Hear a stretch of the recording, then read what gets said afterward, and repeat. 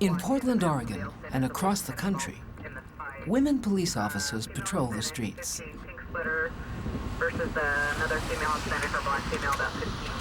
But when the 20th century dawned, female cops were nowhere to be found.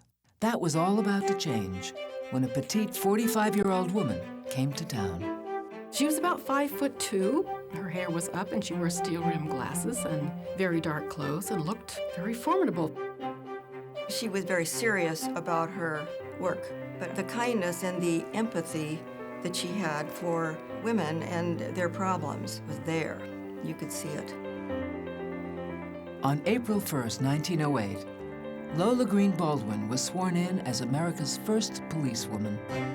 Her clear vision was preventing the downfall of young women into a life of prostitution and making the city safe.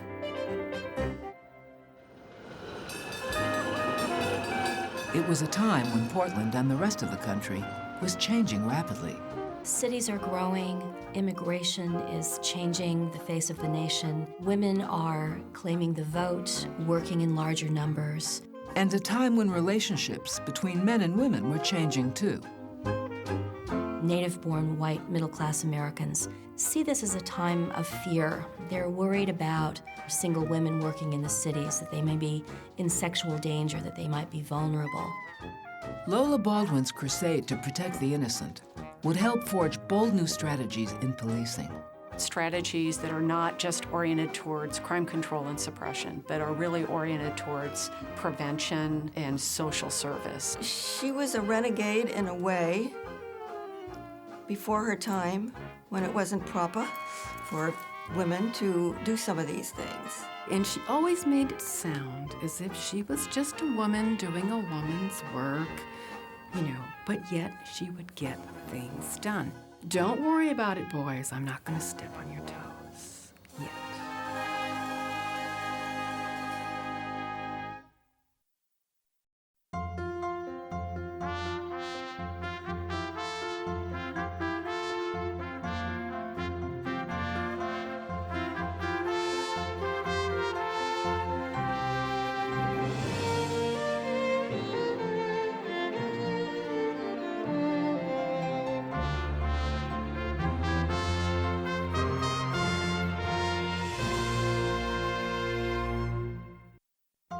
Funding for Oregon Experience is provided by the James F. and Marion L. Miller Foundation, the Ann and Bill Swindell's Charitable Trust, the Oregon Cultural Trust, and from viewers like you.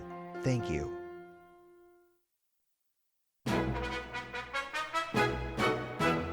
On June 1st, 1905, the eyes of the world were focused on Portland. It was opening day of the Lewis and Clark Exposition, the first World's Fair on the West Coast, and preparations had been intense. They were building new roads, they were building new hotels, they were building new restaurants, they were planting roses. The more exciting part of the fair was all of the exhibits and just the mere fact of so many people there to be entertained and fed and housed. The fair was hiring lots of young women, basically to be pretty young little things that would bring guys into the different exhibits along the midway. That worried a national organization called Travelers Aid, established by the Young Women's Christian Association.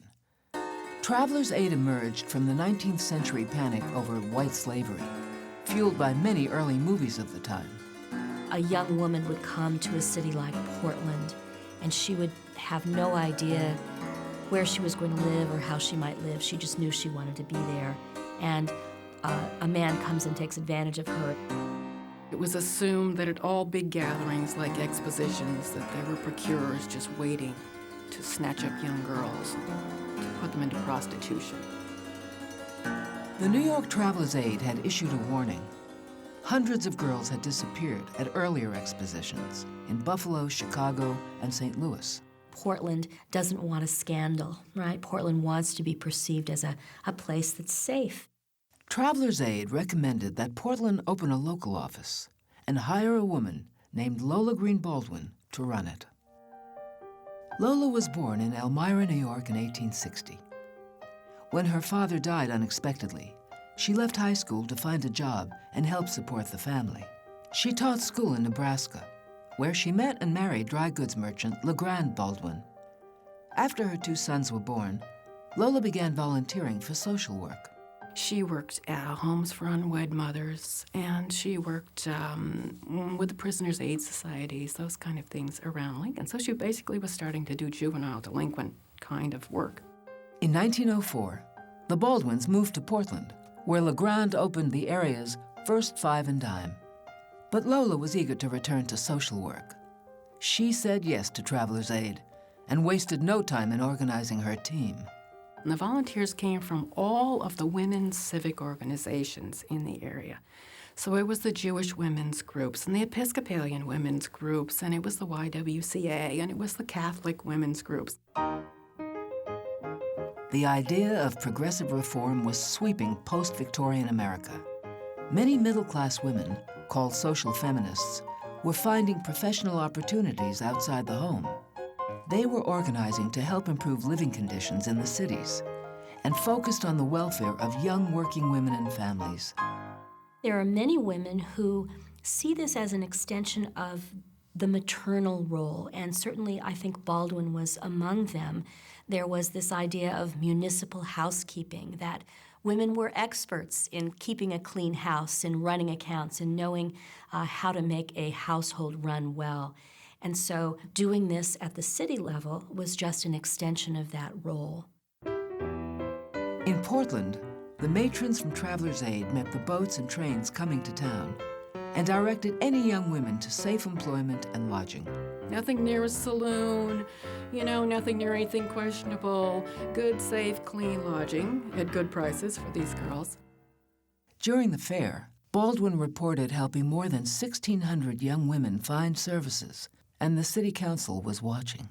They've noticed that she has been giving the police department information on questionable businesses, on vice situations that the police have acted on making sure that if she finds young women in danger, they're taken out of dangerous situations, that she has been doing real police work. But when the fair ended, so did most of the funds keeping Baldwin in business.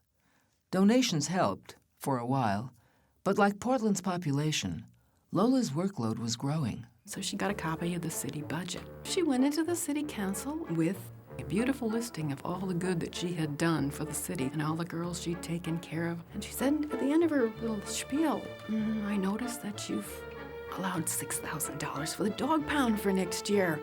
Maybe I could have half that amount for the girls of Portland. Do you care more about your stray dogs than you care about your straying daughters? She had them. And she got an appropriation of $3,000. She also convinced the city that her work should fall under the police department's jurisdiction. They made her take the detective's exam so that when she passed the exam, she was rated as a female detective under the police force of Portland, Oregon. With that, Lola G. Baldwin became the first municipal policewoman in the country and the superintendent of a new women's protective division. She made that clear, that she was going into this as a municipal mother. In other words, she was only going to do things that one would expect from a woman's natural sphere, which would be the nurturing sphere.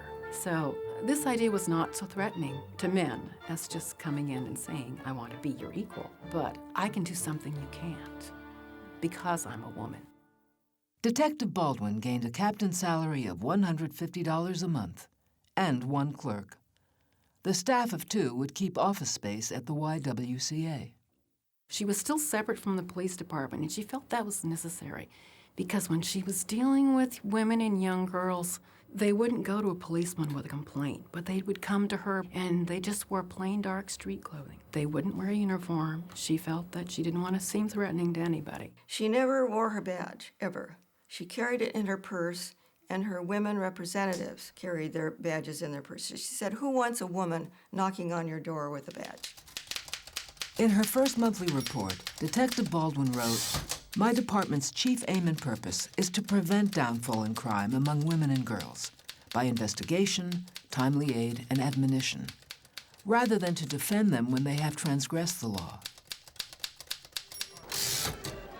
But in early 20th century Portland, there was plenty of temptation. Vice, corruption, and backdoor deals flourished, giving Portland the reputation of an open town. There's a delightful memoir by a schoolteacher named Lucy Ransom that describes her shock on getting off a train at Union Station and walking down 4th Avenue, hearing gambling going on inside. And she says, the stench of stale beer and whiskey mixed with the nauseating smell of vomit on the sidewalks and drunken, staggering men blocking my way almost turned my stomach. Lots of what they called cribs, where prostitutes had their own little houses. You could hardly walk down there without being accosted. In fact, there were so many vice reports and nothing happened. And part of the reason was because the businessmen who owned the property were the people who were the movers and shakers in town. There was something like an 800% profit return on some of these properties, so that it was very hard to wean them away from it. Unmarried and low-skilled young women were flocking to Portland after the fair, looking for work in the department stores, the phone company, and factories. It was historically different that young women were coming to cities to work away from their parents. They were living in boarding houses, so they're not being supervised by anyone. In addition, new labor laws restricted the number of hours many women could work, giving them more free time during evenings and weekends. Amusement parks began sprouting up around the country, catering to the demand and desire for leisure time activities. And part of the attraction is that there is danger, there's the unknown, there's the mysterious, and the bizarre. And so they're offering a day, an evening, away, an escape from the factory in which you might be working or the office in which you might be working, and a place to really live out a fantasy. In Portland, unchaperoned men and women mixed freely at Council Crest Park and the Oaks, places that drew all elements of society.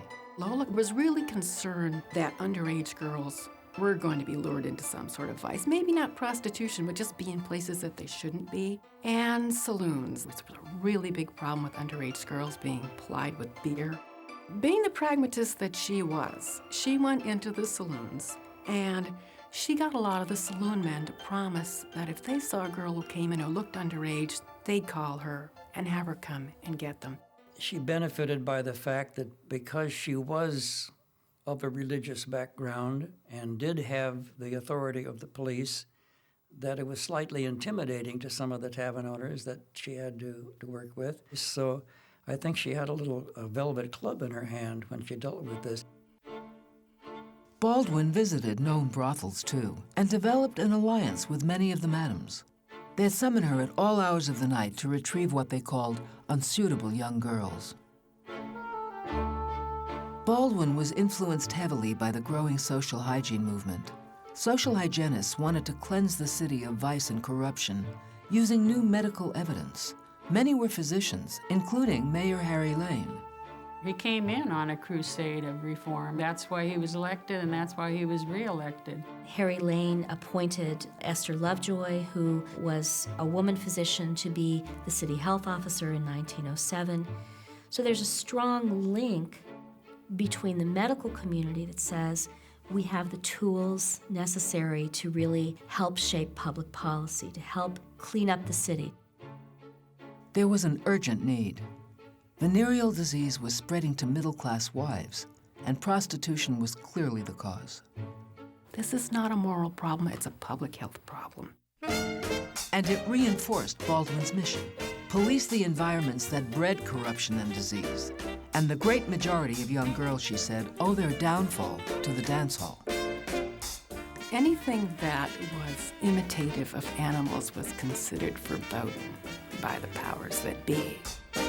The Texas Tommy, the bunny hug, believe it or not, the angleworm wiggle, all of these things that were very suggestive. It was ragtime America, and public dance halls had become one of the most profitable amusements in town. Baldwin called them an unmitigated evil, leading to the wine room and the brothel. They had all been allowing young girls to enter for free to attract male trade. She wanted that stopped. She didn't want any liquor. She didn't want any dancing with the lights turned down low. But she was very realistic about what she could do. As long as the city council continued issuing licenses for public dance halls, all she could do was police them. But high atop Council Crest, trouble was brewing. The dance pavilion was drawing huge crowds, much to the dismay of Portland's upper class. Trolleys would roll through their neighborhood with this boisterous crowd of people on them, and sometimes they weren't able to get back to their house because the trolley would pass them by because it was too crowded. And so suddenly, an elite group of people in Portland brought the issue of dance halls to the public's eye, and also to the attention of the licensing board. By 1910, Baldwin's reports about illicit behavior helped achieve a citywide ban on public dances, temporarily. She said, we need a comprehensive dance ordinance. And so they started working on an ordinance that would regulate it, because she knew they couldn't get rid of it. In fact, the dance halls reopened one by one. But Portland soon boasted some of the strictest laws on the books. And the dance inspectors had the authority to tell them to turn the lights back up, to get rid of anyone they thought that looked like they might be there soliciting prostitution. Also to tell the band to slow the rhythm down. If things were getting a little too syncopated, they back off on the music. The new ordinance prohibited dancing on Sundays, and that vexed dance hall owner Montrose Ringler. He had been sparring with Baldwin for years over the tight regulations. And as I recall, he bought a barge and started to have dances on the barge up and down the river. Hundreds of Portlanders boarded the Bluebird each night, and business boomed under the moonlight. The river was sort of like international waters. You go out on the boat and go up and down, and you can have dance, or you can have whatever else you think is going to go on. Undercover detectives raided the Bluebird sporadically and arrested Ringler several times. But to Lola's chagrin, no charges ever stuck. In the end, the problem resolved itself. One October night, moored outside the city limits, the Bluebird sank, mysteriously. But dancing was here to stay. In a certain way, Lola couldn't accept the modern world.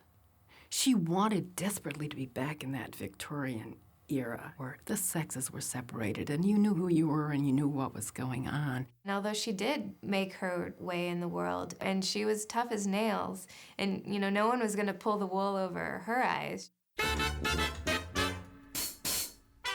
The modern world challenged Baldwin throughout her career. Middle-class America was embracing all kinds of new entertainment. So Lola used the amusements to her advantage. In the theaters, she arranged to have slides shown of missing girls. Have you seen this girl? And this is the information we have about her. Call us. She could see that she wanted to make the city safe for young women to be able to do the kinds of things that she had done. This is a good picture. That's a wonderful picture. And it shows grandmother and grandfather at a While table Baldwin's at values home. were strongly rooted in earlier times, prim and proper didn't always describe her. She's washing the car out in the old home place. Had a sparkle in her eye, Irish, very Irish, and a lot of spunk. And a spirit of adventure belied her stern appearance. She was quite a horsewoman, but I think she got a little bit of a kick out of being a renegade. I think she didn't care, number one. I think the fact that she was a little offbeat sometimes was maybe curious to even her.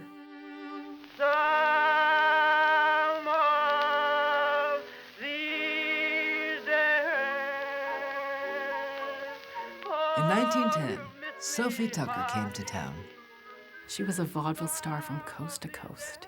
And she was a very buxom young lady. She was also a woman who was, like Lola, interested in the downtrodden and had a track record of giving to charities that helped children, giving to charities that helped women. But unfortunately, Lola felt that she was using her body to earn money. And she called Sophie Tucker and said unless she cleaned up her act, she would have to leave town. Well, of course, that didn't faze Sophie Tucker. She threatened to sue Lola. She threatened to sue the theater management, the city of Portland, the police department, because they were preventing her from making a living. She and my grandmother both met in the city attorney's office. And they talked it out. And Sophie Tucker said, I don't understand why you feel about me the way you do. How can you take away my ability to support my family? So basically it ended up being an impasse. Lola kind of was told by the city officials to back off. In the real world, she ended up compromising. But she compromised as little as she possibly had to.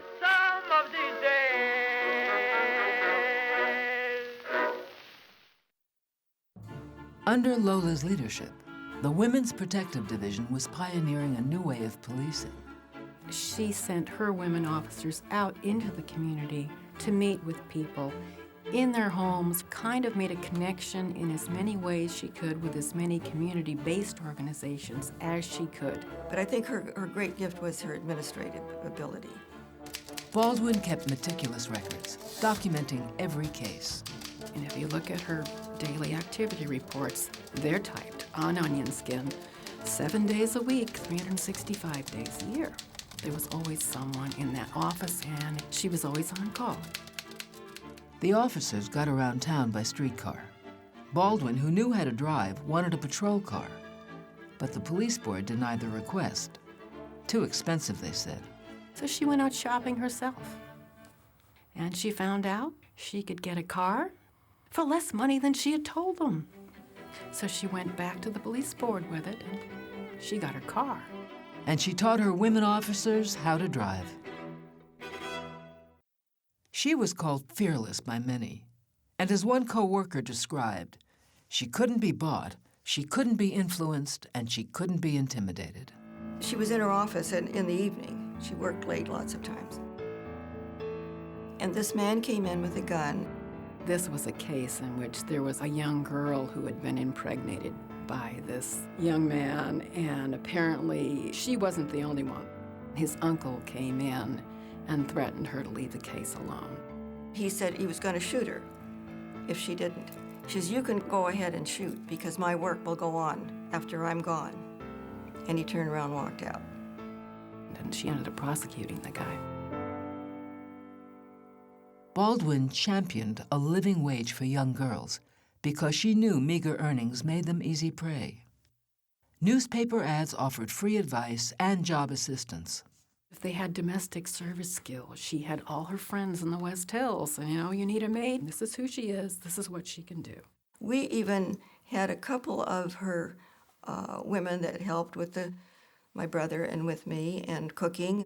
They came well recommended. My grandmother would not have done that had she been worried about their character. And Lola was just so thrilled because she did get nice notes back from these girls. She later realized that there were some girls who couldn't be helped, regardless of what you do. But we've got to do our darndest to help them if we can. But Lola saw something missing in the system. There was a reform school for boys, but there was no place for young delinquent girls.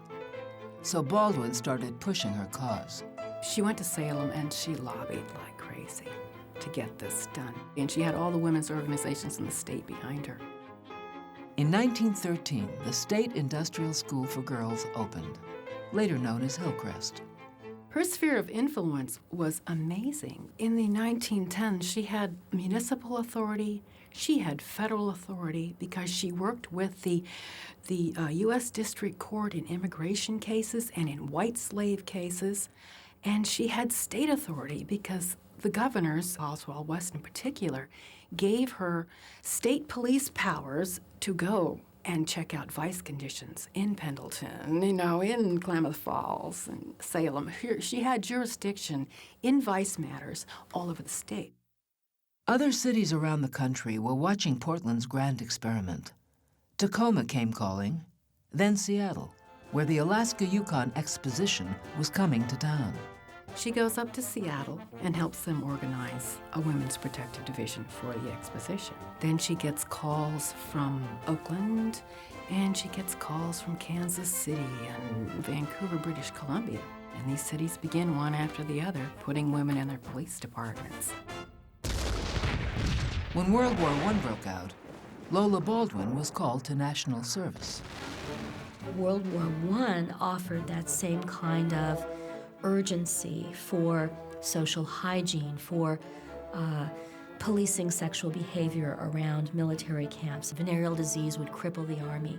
Baldwin supervised vice preventive efforts around all training camps along the West Coast and Arizona. She set up shop in San Francisco. There was a national imperative to have healthy men. She had federal police powers over anybody and everybody within 5 miles of any encampment. After the war, Baldwin returned to Portland. But 2 years later, in 1922, she retired. In her final annual report, she wrote, "The fact that this welfare work for women and girls has been carried on through the administration of 5 mayors and 6 chiefs of police testifies that the department has proven helpful and efficient." But she never stopped writing and talking about issues affecting women police everywhere. Most say Lola never really retired until her death in 1957, at age 97. And it's pleasing to me to think back, boy, my grandmother came in there and really kicked butt. She did a good job at what she believed needed to be done. In the late 1960s, women police officers in Portland filed a series of lawsuits demanding full equality. And in 1973, women were allowed the opportunity to start out as patrol officers and have every opportunity a male member of the department would. 12 years later, Penny Harrington became the first female police chief of a major metropolitan city. Hey guys, I got this missing girl. Today, women comprise about 18% of the Portland Police Bureau. Today's line officers who carry guns and ride in patrol cars owe it all to these little women in their dark clothes and their little steel-rimmed glasses and their high-button shoes who fought for entree into a man's profession by being women. There's more about Lola G. Baldwin on Oregon Experience Online. To learn more or to order a DVD of the show, visit opb.org.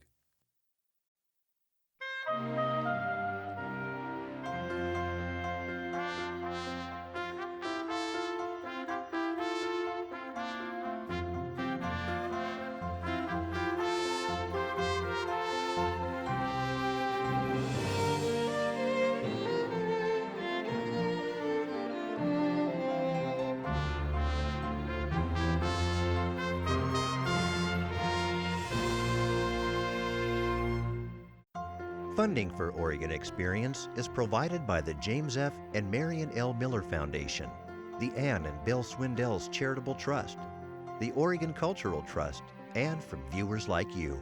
Thank you.